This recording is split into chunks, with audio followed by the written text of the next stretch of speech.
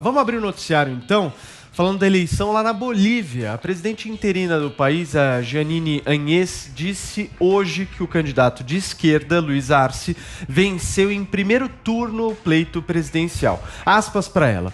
Ainda não temos a contagem oficial, mas pelos dados a que temos acesso, o senhor Arce e o senhor Choque Huanca ganharam a eleição. Cumprimentos aos ganhadores e peço que governem pensando na Bolívia e na democracia. Nas redes sociais, Evo Morales e o próprio candidato comemoraram. No entanto, o resultado oficial pode demorar para ser divulgado, como explica a reportagem da Letícia Santini. O resultado das eleições presidenciais da Bolívia, realizadas neste domingo, pode levar dias para ser divulgado, depois que o Tribunal Superior Eleitoral decidiu eliminar o sistema de apuração preliminar e manter apenas a contagem individual. Na eleição de 2019, foi justamente a adoção dos dois sistemas paralelos que causou confusão, quando números do sistema de transmissão de resultados eleitorais preliminares começaram a diferir da contagem individual de votos. Apesar de criticar a medida, Luiz Arce, que aparecia em primeiro nas pesquisas de intenção de voto, pediu calma e disse que aguardará de maneira pacífica e respeitosa o resultado final.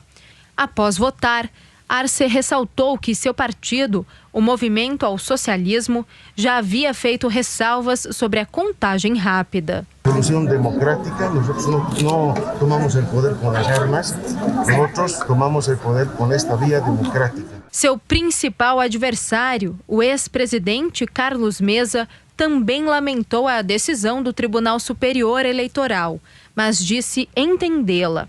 No sábado, o ex-presidente Evo Morales criticou o adiamento da divulgação dos resultados preliminares, mas foi mais cauteloso neste domingo. Que no caigamos en ningún tipo de provocación. La gran lección que nunca debemos olvidar es que la violencia solo genera violencia. A presidente interina, Jeanine Áñez, também pediu para que os cidadãos evitem a violência enquanto aguardam os resultados. Les aseguro, vamos a tener resultados creíbles. Tengamos paciencia. Cerca de 7.300.000 bolivianos voltaram às urnas neste domingo. O governo interino da Bolívia informou que as eleições presidenciais ocorreram em clima de tranquilidade, exceto por pequenos incidentes, em um dia em que se temiam tumultos.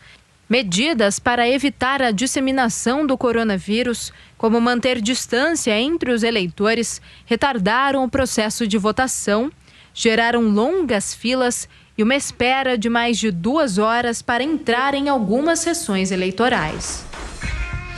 Muito bem, e aí, turma, dá para confiar nessas eleições? Joel, começo contigo.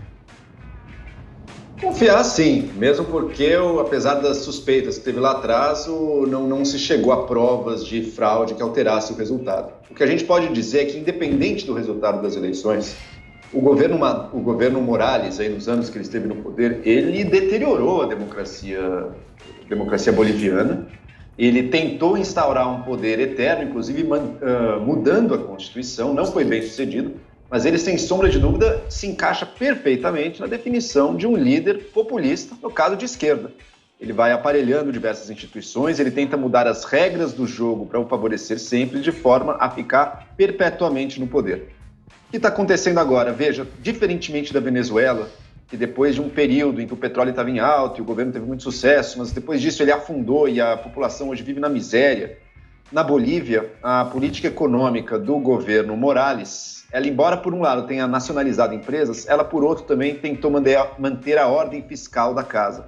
Ele acabou sendo bem sucedido na sua política econômica. Então a qualidade de vida no país, de fato, melhorou, a inflação baixou no governo Morales e isso com certeza deve pesar também para o apoio da população. Agora é óbvio, nada disso desculpa o projeto de dominação perpétua que o MAS, sob o Evo Morales, tentou impor sobre a Bolívia e com certeza tentará novamente aí.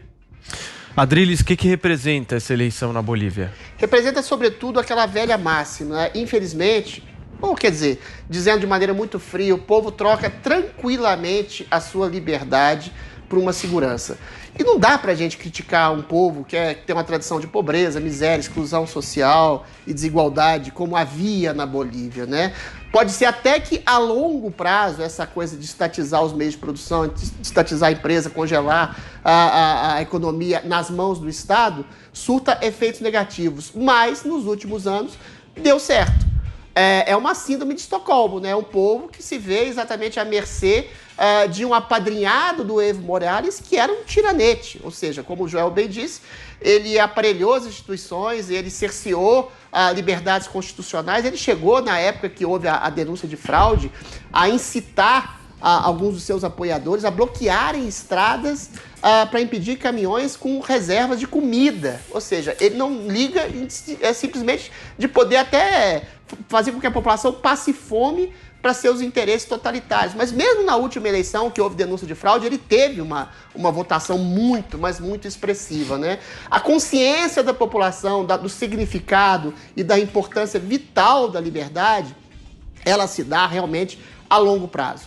A curto prazo, o que houve na Bolívia nas últimas décadas é uma situação de exclusão social e de pobreza. E quando você cria um remédio, ainda que seja um remédio emergencial a curto prazo, contemporâneo, que pode dar problemas no futuro, como está dando, por exemplo, na Venezuela, e como está dando, esse nem a curto prazo, na Argentina, é uma consciência lapidada ao longo de muito tempo. E eu acho que a democracia só se amadurece exatamente com os reveses, os altos, os trancos e barrancos da história. Oxalá a Bolívia amadureça a longo prazo. É o que a gente espera.